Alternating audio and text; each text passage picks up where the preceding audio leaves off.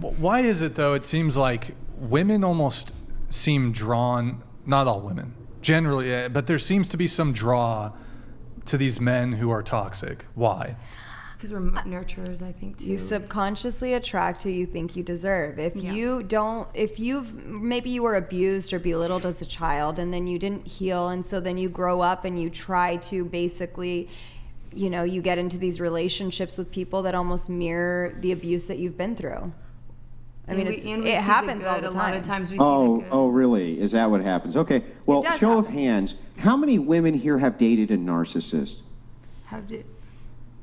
I've also been a narcissist, so but I was attracting who I was, right? How many? So, most of the panel have dated narcissists. Are you sure that that's all that have dated narcissists?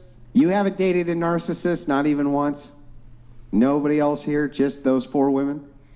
I think because it's on a scale, there's people with narcissistic tendencies, but it doesn't make them a narcissist. Like being a narcissist. Yeah, narcissism's super rare. 0.5%. Like people don't even know that. But if you look at the sociology based around narcissism, it's actually really rare that somebody's actually a narcissist. The thing is, if you don't have God in your life, every you are woman a seems to have narcissist. been with this teeny tiny select portion of the population who's a narcissist. You're self-centered. And I just kind of wonder, how is this God. possible? All of us have traits of narcissism. When we don't have God in our life, we are very self-centered. No, all of us do not have traits of narcissism. That's just made up nonsense. You just made it up on the spot. No, they don't. That's nonsense. With this type, the reason that this happens, the reason that so many women fancy themselves to be sociologists and think that they're diving into sociology and that they can make these predictors for what works or doesn't work in relationships is because they're fucking being narcissists. If you look at the scale of narcissism from female to male, much higher in females than it is in men. And it's still rare. And yet, most of the men that we talk to, come through these panels, or that I talk to absent them, have not dated narcissists. They dated crazy women, but somehow all these women are dating all these narcissists. And I'm just wondering, the numbers don't seem to add up to me. So I just wonder about female culpability here a little bit. And if these guys are actually narcissists, or if maybe you're putting us on. What's an example of like narcissistic behavior? Because like maybe men express it more than women do. Narcissism depends. It's not well defined. If you're talking about a grandiose narcissist, that could be different. But again, it's very rare. Very rare. A narcissist is going to be somebody who is completely self-absorbed. They're going to be almost psychopathic. You're not even going to be able to tell that they're narcissists necessarily. So people often confuse confidence with narcissism, which is insanity. They often confuse people who are correct with being narcissists because it makes them feel bad, right? But there's not that many narcissists who are around. So I don't understand how all these women are dating all of these narcissists. It's beautiful. Stunning. Did you just say stunning?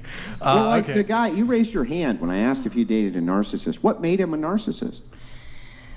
I don't know. I guess I'm not like that well versed on the word. He was just like very self-centered and would do things that were rude and weird and then somehow find a way to blame it on me. He was rude and weird and that made him a narcissist?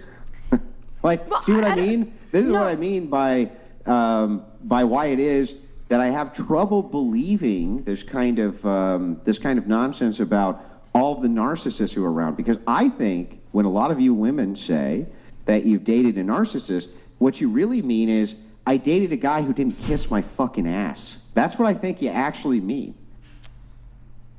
You're totally allowed to think like that. Yeah. That's what I think. Yeah, I mean, I dated a guy that was a pimp, so he was definitely a self-absorbed man who his, he was really out to get what he could get for himself.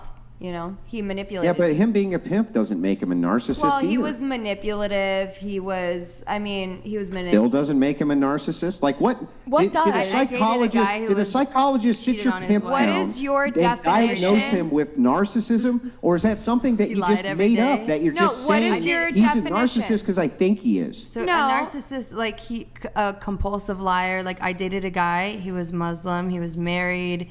He lied all the time. I mean, anything he could lie about. He lied about his age, anything like the sky outside. He would just completely lie. He was always the victim.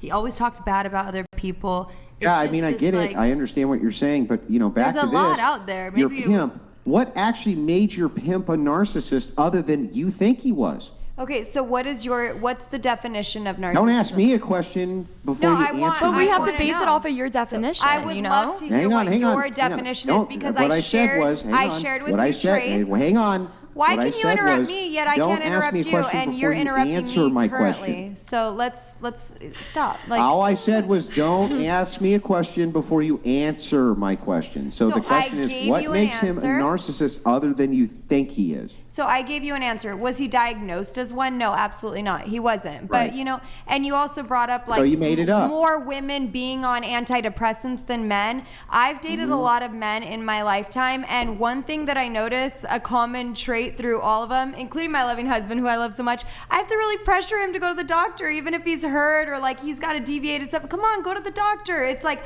a lot of men don't want to go to the doctor. It's like pulling teeth. They won't go until their teeth are falling out and stuff like that. Like, it's just, you know, I mean, yeah, but they're not acting out in society in insane ways. So you would expect that you would see them being complete psychopaths and lunatics if it was true that they're just mentally ill people who are not treated. I know men who are depressed and have intrusive thoughts, and they refuse to go to therapy or refuse to get help. So what? That makes no sense. You would expect that if the mental illness of men was as high as it was in women, that you would see that reflected in society, and you don't see it reflected in society. It's a huge cope, and it makes no sense. And not only that, to rejoin to this, what actually makes your pimp a narcissist, again, other than I think he was? That's all you're really saying, right? No diagnosis, no nothing. I mean, you just made it up. You made up that he was a narcissist because you want him to be one, right? No, I shared traits with you. But anyway, you guys said that, sharing traits men are does not deleting mean themselves anything. more than women. So how do men not have mental illnesses as well? And I'm not saying all men. I love men. I love women. But I'm just trying to prove a point here that you're saying that women are the ones that are all mentally insane, yet men. Come on, Brian. Sorry. Yet That was Nick. Okay, Nick, come on. Yet men are the ones that are deleting themselves more, right? Is that not a statistic that you shared? No. He did. What do you mean? Brian shared that earlier. No.